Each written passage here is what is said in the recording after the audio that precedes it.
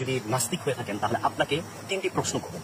Number 1, আপনি এই যে মহাবিশ্বকে দেখতে পাচ্ছেন এটি কতটা কমপ্লেক্স এবং এতটা জটিল, এই এতটা জটিল একটি মহাবিশ্ব কিভাবে অস্তিত্বে আসলো, এটিকে আপনি কখনো প্রশ্ন করেছেন নিজেকে? নাম্বার 2, আপনি যে এই যে তারকারাজি দেখতে পাচ্ছেন এবং এত কিছু জটিল সবকিছু দেখতে পাচ্ছেন, যদি এটি স্রষ্টা ছাড়া সৃষ্টি না হয় তাহলে তো সবকিছুই নিরর্থক হয়ে যায়। তাহলে আপনি কিভাবে মনে করছেন এত সুন্দর সুন্দর বৃক্ষ, লতা পাতা এবং তারকারাজি সবকিছুই কিভাবে নিরর্থক হতে পারে? নাম্বার 3, আপনি যে এই যে চিন্তা করতে পারছেন, আপনার যে চিন্তা করার ক্ষমতাটা, এই ধরনের প্রাণীগুলো আমরা অন্য অন্য গ্রহে কেন দেখতে পাই না? আপনি এই তিনটি প্রশ্নকে যদি আপনি সামনে রাখেন তাহলে আশা করি যে আপনি যে নাস্তিক হচ্ছেন আসলে আপনি বুঝে শুনে হচ্ছেন কিনা এটি কিন্তু আপনি বুঝতে পারবেন।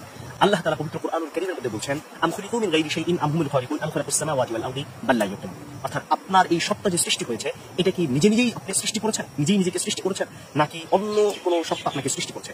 এই যে চিন্তা করার কথা কোরআন বলছে, এটি কি আপনি কখনো চিন্তা করে দেখেছেন?